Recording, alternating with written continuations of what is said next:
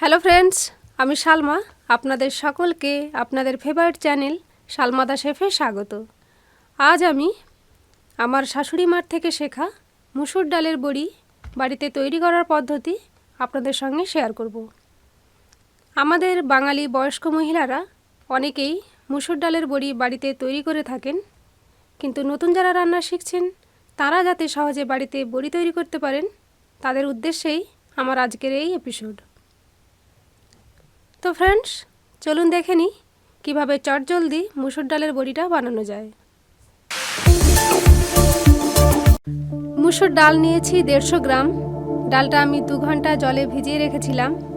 4 ঘন্টা ভেজাতে পারলে আরও ভালো হয়। ভিডিও শ্যুট করার জন্য আমাকে তাড়াতাড়ি করতে হয়েছে।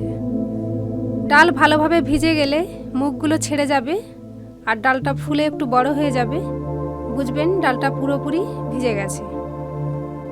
তখন ডালটা ছেঁকে নিয়ে জলটা ফেলে দেবেন। আর নিয়েছি হাফ চা চামচ কালো জিরে। বড়িতে কালো জিরের ফ্লেভারটা আমার ভালো লাগে, আপনার পছন্দ না হলে আপনি নাও দিতে পারেন। এবার আমি ডালটাকে মিক্সিতে মিহি করে পিষে নেব।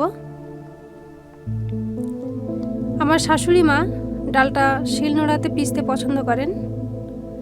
আজকের দিনে আমাদের সকলের হাতে সময় খুব কম, তাই মিক্সি ইউজ করা যেতেই পারে। এতে টেস্টের তেমন কোনো ডিফারেন্স আমি পাইনি।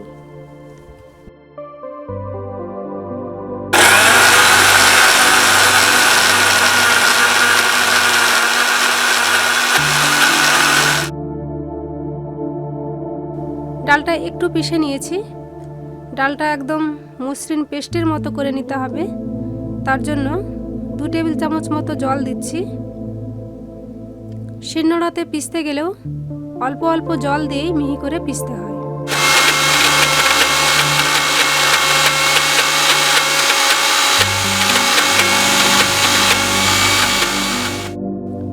ডালটা মসৃণ করে পিষে নিয়েছি।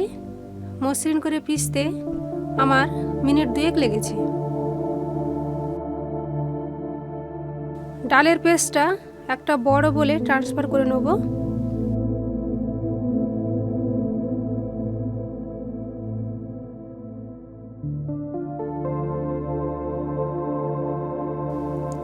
এতে কালো জিরেটা দিয়ে দিচ্ছি। এবার বাটা ডালটা খুব ভালো করে ফেটিয়ে নিচ্ছি। আমি যেভাবে করছি এভাবে 5 মিনিট ভালো করে ফেটিয়ে নেবেন। ফেটাতে ফেটাতে দেখবেন ডালটা ফোমের মতো ফুলে উঠবে, হালকা হয়ে যাবে।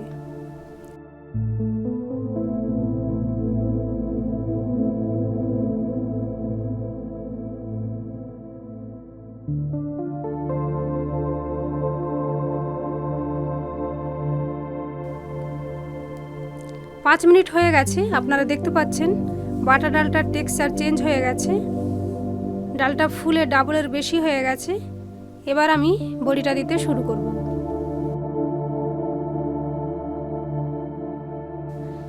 আমি 2টো বড় অ্যালুমিনিয়ামের ফ্ল্যাট ঢাকনা নিয়েছি। এতে অল্প সরষের তেল মাখিয়ে নিতে হবে। এতে বড়ি শুকিয়ে যাওয়ার পর ইজিলি উঠে আসবে।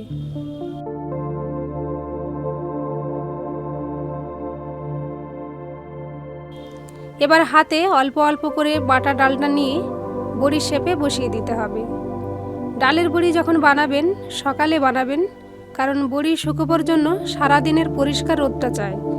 যেখানে রোদ সবসময় থাকে সেখানে বড়ি শুকোতে দেবেন, আর বৃষ্টির সময় বা মেঘলা দিনে বড়ি তৈরি করতে যাবেন না।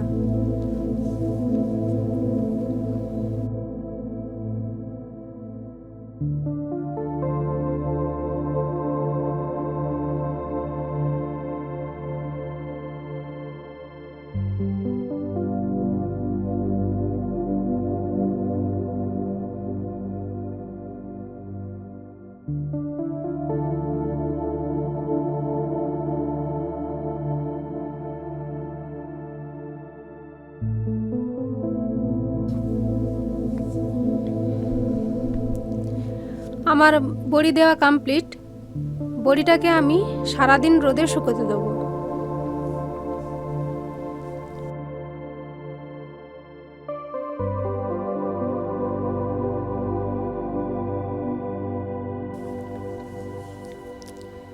বড়িটা শুকিয়ে গেলে প্রায় আপনা আপনিই ছেড়ে যাবে। এই দেখুন বড়িগুলো কেমন সহজেই জড়ো হয়ে যাচ্ছে, আমাকে কোনো চাপই দিতে হচ্ছে না।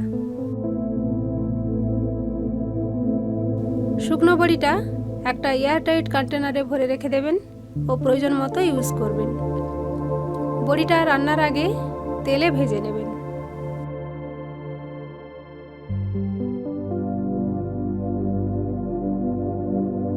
আমার এই ভিডিওটা ভালো লাগলে প্লিজ লাইক ও কমেন্ট করবেন, বন্ধুদের সঙ্গে শেয়ার করবেন ও আমার নিত্য নতুন রেসিপির আপডেট পেতে আমার চ্যানেল সালমা দা শেফকে সাবস্ক্রাইব করবেন।